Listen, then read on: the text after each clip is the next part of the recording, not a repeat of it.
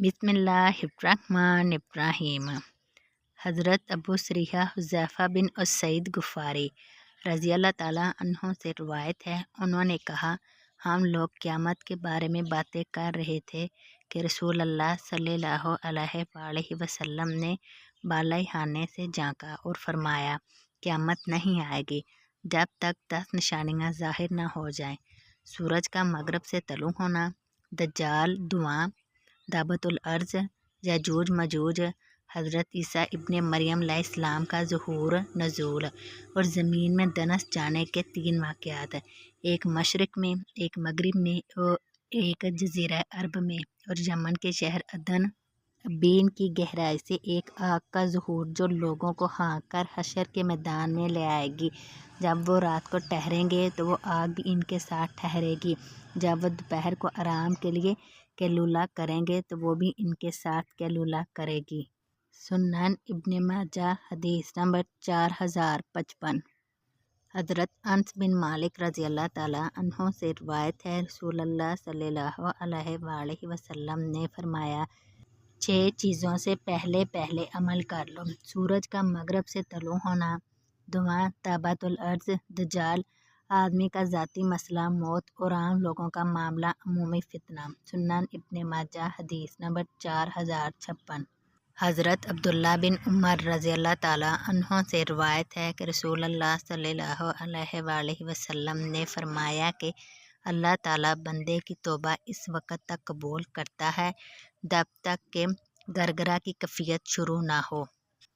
हज़रत साद रज़ियल्लाहु ताला अन्हु से रिवायत है कि रसूलुल्लाह सल्लल्लाहु अलैहि वसल्लम ने फरमाया कि अल्लाह ताला मोहब्बत करता है इस मुत्की दौलतमंद बंदे से जो तकवा और दौलतमंदी के बावजूद नामरूफ और छुपा हुआ हो। तशरीह छुपा हुआ होने का मतलब बज़ाहिर यही है कि लोग इसकी इस खास हालत को आम तौर से जानते भी ना हो कि दौलतमंद और साहिब सर होने के साथ तकवा में भी इस बंदे को खास मुकाम है। जिस बंदा में ये तीनों चीज़ें जमा हों, इस पर अल्लाह ताला का खास फजल है और इसको अल्लाह ताला की महबूबियत का मुकाम हासिल है। हज़रत अबू हुरैरा रज़ियल्लाहु ताला अन्हु से रिवायत है कि रसूलुल्लाह सल्लल्लाहु अलैहि वसल्लम ने फरमाया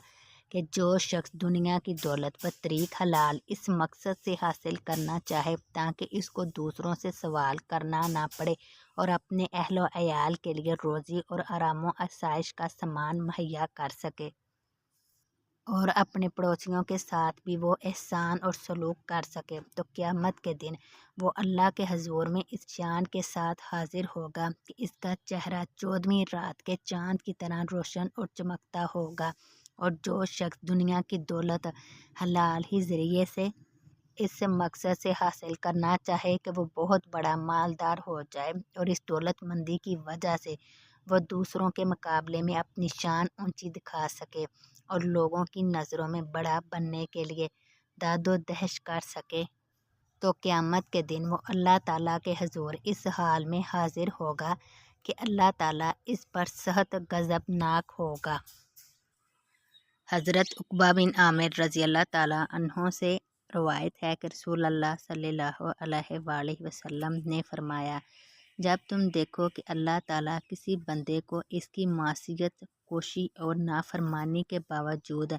दुनिया की वो नेमतें, मालो दौलत और राहत और इज़्ज़त वगैरह दे रहा है जिनका वो बंदा ख्वाह और तालिब है, तो समझ लो कि वो इसके हक़ में इस्तदराज है। ये फरमाने के बाद रसूलुल्लाह सल्लल्लाहु अलैहि वसल्लम ने बतौर इस्तिशहाद के कुरान मजीद की ये आयत तिलावत फरमाई, जिसका तर्जमा ये है कि जब उन्होंने बुला दिया इन बातों को जिनकी इनको नसीहत की गई थी, तो हमने खोल दिए इन पर दुनिया की सब नेमतों के दरवाज़े, यहाँ तक कि जब वो इन नेमतों के मिलने पर खूब मस्त हुए और इतराए तो हमने एकदम इनको अपनी सख्त पकड़ में ले लिया। बस वो हैरानो शशदर और आइंदा के लिए बिल्कुल नाउम्मीद होकर रह गए।